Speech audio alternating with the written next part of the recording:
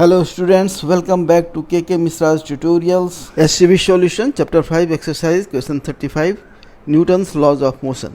Figure 5.18 में 500 ग्राम वाले block का एक्सेलरेशन पता कीजिए. आंसर, मान लेते हैं कि 500 ग्राम ब्लॉक से कनेक्टेड स्ट्रिंग में टेंशन T है तथा इस ब्लॉक का एक्सेलरेशन A मीटर पर सेकेंड स्क्वायर डाउनवर्ड डायरेक्शन में है. तो इस पर कौन कौन से फोर्सेज लग रहे हैं वो हम लोग देखते हैं.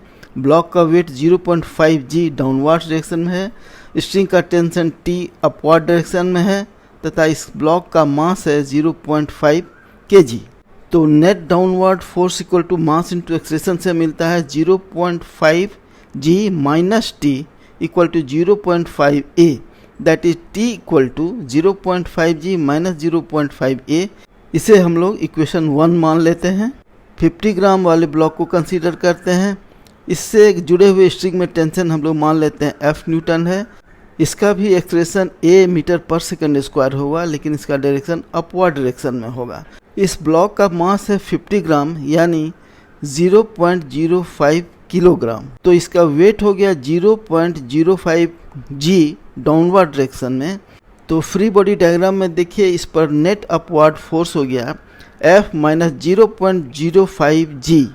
तो इससे हमें force equal to mass into acceleration से मिलता है F minus 0.05 g equal to 0.05 a, that is F equal to 0.05 g plus 0.05 a. इसे हम लोग इक्वेशन 2 मान लेते हैं. अब 100 ग्राम वाले ब्लॉक को कंसीडर करते हैं. इसका भी सेम एक्सेलरेशन होगा यानी a मीटर पर second square along the slope, लेकिन अपवर्ड होगा. इसमें एक साइड में टेंशन होगा T और नीचे साइड में टेंशन होगा F. इसका वेट है 0.10 g न्यूटन. तो इस वेट का अलोंग द स्लोप जो कंपोनेंट होगा वह होगा 0.10 g into sine 30 degree equal to 0.05 g newton या स्लोप पर डाउनवर्ड डायरेक्शन में होगा. सरफेस द्वारा इस ब्लॉक पर लगाया हुआ नॉर्मल फोर्स को इसके वेट का वह कंपोनेंट जो कि सरफेस के नॉर्मल है उसको न्यूट्रलाइज कर देगा, एक दूसरे को कैंसिल कर देगा, इसलिए उसे यहाँ इस फ्री बॉडी के डायग्राम में नहीं दिखाया गया है. तो अब नेट फोर्स इस ब्लॉक पर अलोंग द सरफेस होगा T minus F minus 0.05 g newton. चूँकि ब्लॉक का मास है 0.10 kg, इसलिए force equal to mass into acceleration से हमें मिलता है T minus F minus 0.05 g equal to 0.10 a. इसे हम लोग इक्वेशन 3 मान लेते हैं. अब हमारे पास 1, 2, 3 तीन इक्वेशन हैं और 3 अननोन्स हैं T, F और A.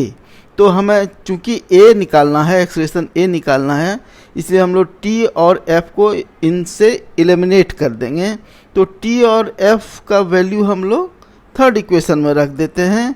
तो हमें मिलता है 0.5 g minus 0.5 a minus 0.05 g minus 0.05 a minus 0.05 g equal to 0.1 a. इसे हम लोग अगर सिंप्लीफाई करेंगे हमें मिलता है that is 0.65 a equal to 0.4 g, that is a equal to 0.4 g divided by 0.65 equal to 8 g by 13 metre पर second square. तो जो हमें पूछा गया था प्रॉब्लम में कि 500 ग्राम ब्लॉक का एक्सेलरेशन कितना होगा, तो हमारा आंसर है कि 500 ग्राम वाले ब्लॉक का एक्सेलरेशन होगा 8 g बाई 13 मीटर पर सेकेंड स्क्वायर. वो डाउनवर्ड डायरेक्शन में होगा जैसा कि हमने शुरू में अज्यूम किया था. वीडियो सॉल्यूशन देखने के लिए धन्यवाद.